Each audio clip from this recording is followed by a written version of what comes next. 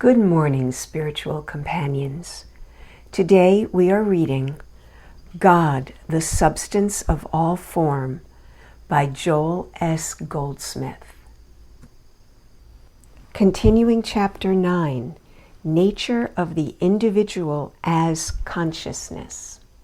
Page 116, Nature of Consciousness. The consciousness which you are is infinite. And through that consciousness, it is possible for you to become aware of everything there is in this world, the past world or the world to come. Nothing could be outside the range of infinite consciousness. By becoming aware of the infinite nature of your being as consciousness, you begin to realize that it is your consciousness which embraces and embodies everything in your experience.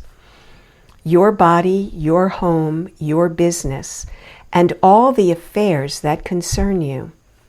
It is this consciousness which you are that governs all these activities. When you are considering the subject of consciousness, you are dealing with infinity, eternality, immortality. This is the consciousness which you are, the consciousness you have not found in your body, but which you have found embraces not only your body, but your entire universe.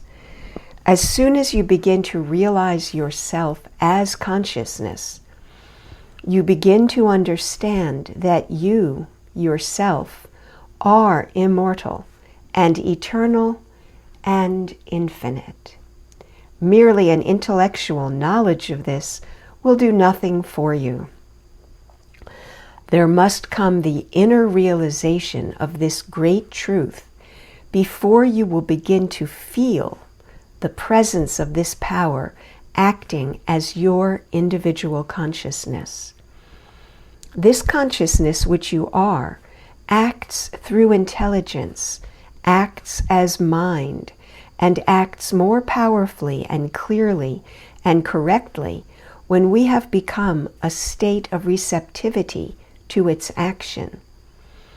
In the human picture, there has sprung up a fleshly mind, a mind which sometimes does wonderful things for you, and at other times gets you into trouble. With this human, fleshly mind, you can do some remarkable things, but this mind will carry you just so far, and then its limitations are apparent. That same mind, however, when it is imbued with spiritual wisdom, when it begins to draw on infinity, it is no longer the human fleshly mind. It is still expressing as individual mind, but it is no longer a planning, plotting, reasoning, scheming, thinking mind. It is a state of receptivity, an instrument of divine intelligence, always guided along the right way and in the right path. Naturally, when the mind becomes this state of receptivity to divine guidance, it will not be led or guided into desiring to gain fame or fortune by devious means. Anyone who opens consciousness to this divine guidance must understand that whatever blessing it brings to him as an individual will likewise accrue to all those with whom he is associated. Therein lies the difference between the activity of the human mind, guided by human motives, and the activity of your individual mind, when it is willing to receive the guidance of infinite intelligence, infinite wisdom. That is my reason for enlarging on the subject of consciousness. We have already seen that God must be revealed to each one of us individually, not as a name, but as an experience, a feeling. And now I want you to see that when that comes, it comes as infinite consciousness, an infinite consciousness which you recognize to be your own. Then it is imbued not only with intelligence, wisdom, guidance, but also with protection and gentleness, everything necessary to the harmonious development of your existence, not only from the cradle to the grave, but since before Abraham was, even unto the end of the world. Every quality of wisdom, every quality of direction, guidance, safety, security, all these are to be found in the consciousness which you are. Consciousness unfolding as form. Now watch what happens.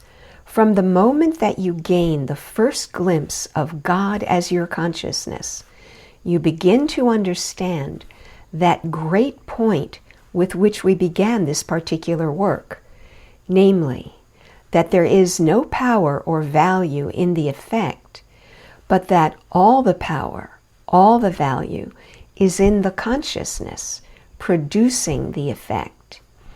You begin to see that wherever you are is holy ground, and that the omnipresence with you, the omnipresence as you, has everything necessary for the fulfillment of the moment, whether the need is in the nature of supply, of health, of knowledge, or of protection. Whatever the need, you find it fulfilled in the omnipresence which you are, never dependent upon person, place, thing, circumstance, or condition. When you catch this sense of yourself as consciousness, or of consciousness as the reality of your being, wherever you are, you have the whole infinity of God available. You will then really begin to understand the biblical promises. I will never leave thee, nor forsake thee. When thou passest through the waters, I will be with thee, and through the rivers, they shall not overflow thee. When thou walkest through the fire, thou shalt not be burned, neither shall the flame kindle upon thee. The first step in your realization of yourself as consciousness begins with your search from toe to head to see if you can find yourself in the body. Then, when you find that you are not in the body, but that you are conscious of the body, you will also begin to realize that you are out here as consciousness, where you cannot be touched by anything of a finite or erroneous nature. Try to catch the vision of the meaning of consciousness, because it will unfold to you or through you as your very wisdom, as your very life, and it will bring with it its own immortality, its own eternality, its own infinity. When you begin to realize yourself as consciousness, you are beginning to realize God as the very fiber of your being, as the very substance of your body. With this new understanding, you will look out upon this world and see everything as a formation of that consciousness, and, therefore, as an instrument of God, not of evil.